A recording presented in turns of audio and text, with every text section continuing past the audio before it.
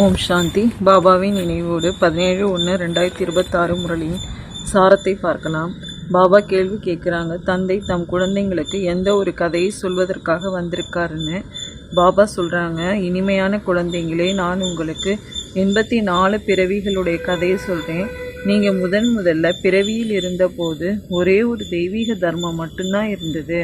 பிறகு நீங்கள் தான் 2 யுகங்களுக்கு பிறகு பெரிய பெரிய கோவில்களை உருவாக்கினீர்கள், பக்தியை தொடங்கினீர்கள். இப்போது இது உங்களுடைய கடைசியிலும் கடைசி பிறவியாகும். துக்கத்தை நீக்கி சுகத்தை கொடுப்பவரே என நீங்கள் கூப்பிட்டீங்க.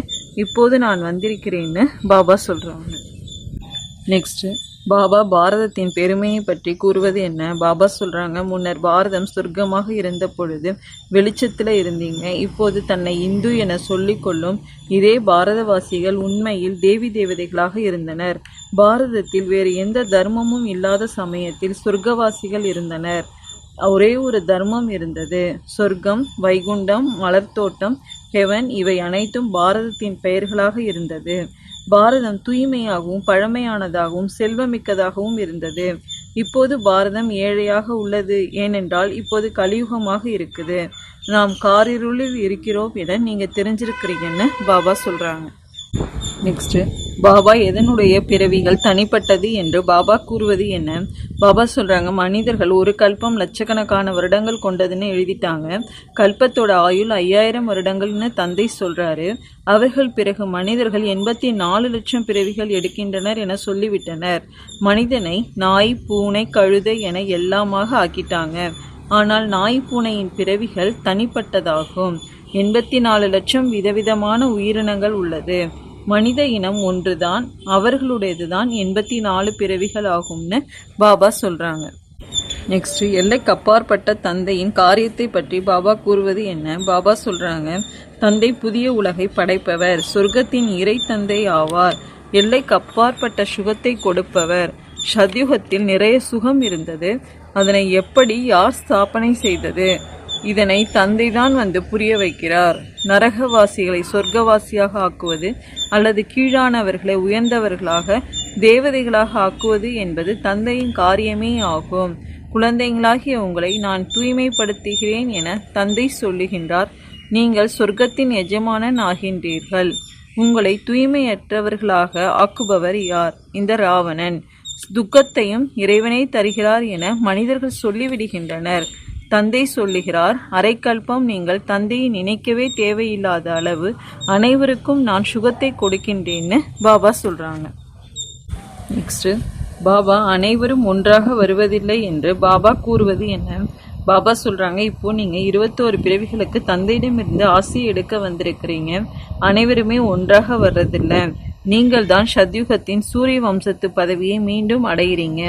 அதாவது உண்மையிலும் உண்மையான பாபாவிடமிருந்து நரனிலிருந்து நாராயணன் ஆவதற்கான சத்திய ஞானத்தை கேட்குறீங்க. இது ஞானம், அது பக்தி. சாஸ்திரங்கள் முதலான அனைத்தும் பக்தி மார்க்கத்திற்கானதாகும்.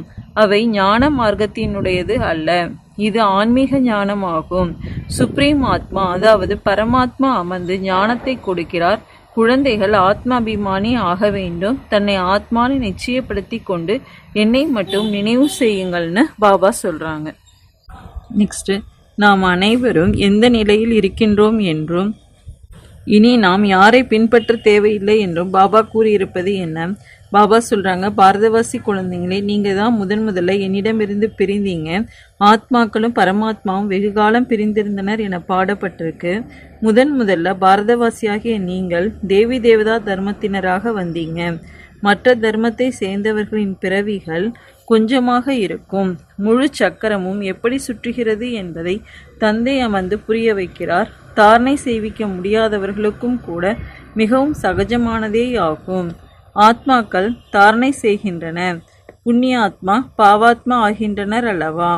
உங்களுடைய இந்த கடைசி பிறவி 84வது பிறவியாகும். நீங்கள் அனைவரும் வானப்பிரஸ்த நிலையில் இருக்கிறீர்கள். வானப்பிரஸ்த நிலையில் இருப்பவர்கள் மந்திரத்தை பெற்றுக்கொள்வதற்காக குருவை பின்பற்றுகின்றனர். நீங்கள் இனி தேகதாரி குருவை பின்பற்ற தேவையில்லை. உங்கள் அனைவரின் தந்தை, ஆசிரியர், குரு நானே ஆவேன்னு பாபா சொல்கிறாங்க. நெக்ஸ்ட்டு சொர்க்கவாசி ஆகிவிட்டார் என்று கூறுபவர்களை பற்றி பாபா கூறுவது என்ன? பாபா சொல்றாங்க, அனைவரும் கண்டிப்பாக மறுபிறவி எடுத்தே ஆகணும். இப்போது மறுபிறவி நரகத்தில் கிடைக்கின்றது, சொர்க்கத்திற்கு சென்று விடுகின்றனர் என்பதல்ல. இந்துக்கள் யாரேனும் இறந்துவிடும் பொழுது சொர்க்கவாசி ஆகிவிட்டார் என்றால் கண்டிப்பாக நரகத்தில் இருந்தார் இல்லையா? இப்போது சொர்க்கத்திற்கு சென்றார். உங்கள் வாயில் சர்க்கரை, சொர்க்கவாசி ஆகிவிட்டார்.